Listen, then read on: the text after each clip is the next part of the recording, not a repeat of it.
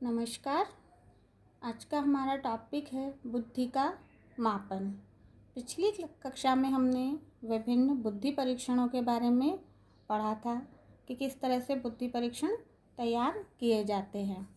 बुद्धि परीक्षणों का जो वर्गीकरण किया गया था उसमें कई तरह के बुद्धि परीक्षण तैयार किए गए जिनसे कि व्यक्ति की बुद्धि का मापन किया जाता है।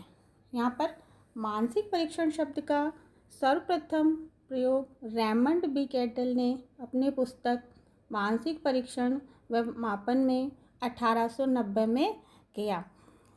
आपको पता होगा पिछले टॉपिक में आपने पढ़ा था कि 1879 में सर्वप्रथम बुद्धि परीक्षण की शुरुआत हुई थी। इसके बाद रेमंड बी कैटल ने एक पुस्तक लिखी मानसिक परीक्षण व मापन और उसमें 1890 में मानसिक परीक्षण शब्द का प्रयोग किया। मानसिक परीक्षण के द्वारा बुद्धि का मापन किया जाता है, अर्थात बुद्धि का मापन करने के लिए एक प्रमुख तथ्य होता है मानसिक आयु। यानी जो बुद्धि परीक्षण हम तैयार करते हैं उनसे हम मानसिक आयु का पता लगाते हैं। जो बिने ने परीक्षण तैयार किया था उसमें सर्वप्रथम उसने मानसिक आयु का विचार दिया था 1912 में। हम कह सकते हैं कि मानसिक आयु का विचार सर्वप्रथम अल्फ्रेड बिने ने 1912 में दिया। अब बात आती है कि मानसिक आयु होती क्या है। मानसिक आयु होती है बालक की या व्यक्ति की सामान्य योग्यता बताने वाली आयु। यानी जब बुद्धि परीक्षण तैयार किए गए, बुद्धि परीक्षणों को बच्चों पर डाला गया और उन बुद्धि परीक्षणों से बच्चों की सामान्य योग्यता या उनकी सामान्य मानसिक योग्यता का पता लगाते हैं तो वो बालक की मानसिक आयु कहलाती है।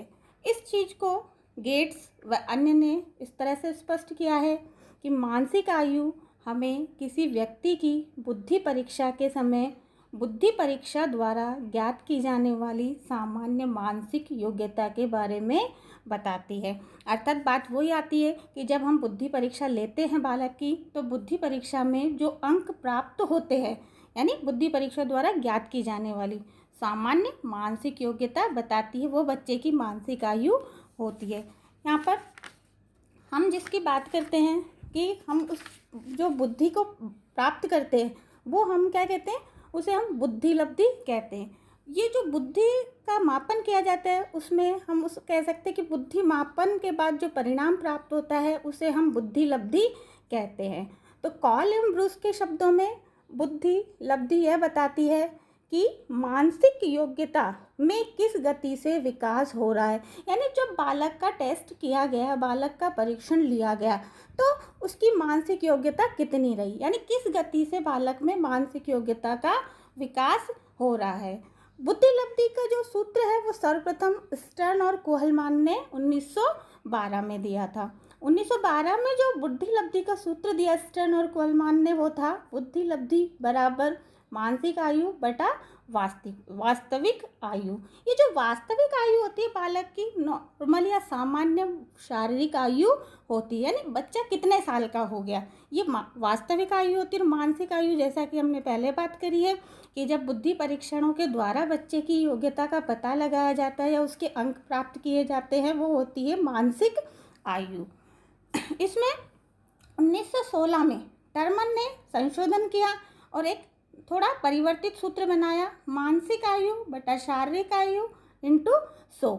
यानी कि बच्चे की जो परीक्षण से प्राप्त आयु है उसमें शारीरिक आयु जो उसकी वास्तविक आयु है उसका भाग दिया जाता है और उसको 100 से गुना कर लिया जाता है।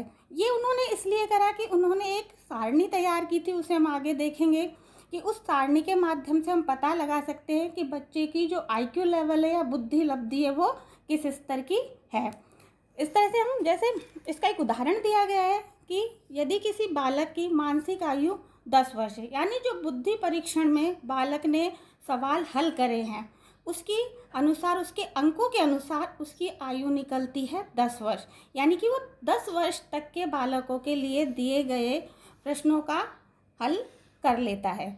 और जो उसकी वास्तविक आयु होती है वो होती है 8 वर्ष, यानी वर्तमान में वो 8 वर्ष का बालक है तो उसकी बुद्धि लब्धि कितनी होगी, इसको हम बुद्धि लब्धि के सूत्र के द्वारा ज्ञात करते हैं। मानसिक आयु जो उसकी बुद्धि परीक्षण से प्राप्त आयु है 10 वर्ष बटा उसकी जो वास्तविक आयु है, वर्तमान में जो आयु है वो है 8 वर्ष। इसको गुणा करते हैं 100 से तो हमारी बुद्धि लब्धि आती है 125।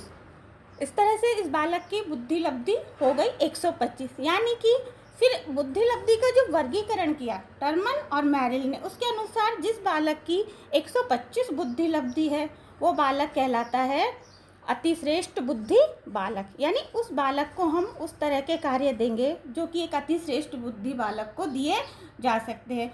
इसके लिए टर्मन तथा मैरिल ने बुद्धि लब्धि का एक वर्गीकरण प्रस्तुत किया कि किस तरह के बालकों से किस तरह के कार्य किए जा सकते हैं या किस तरह के बालकों में योग्यता होती है, उन्हें किस स्तर पर या किस प्रकार का बुद्धि वाला बालक कहा जा सकता है।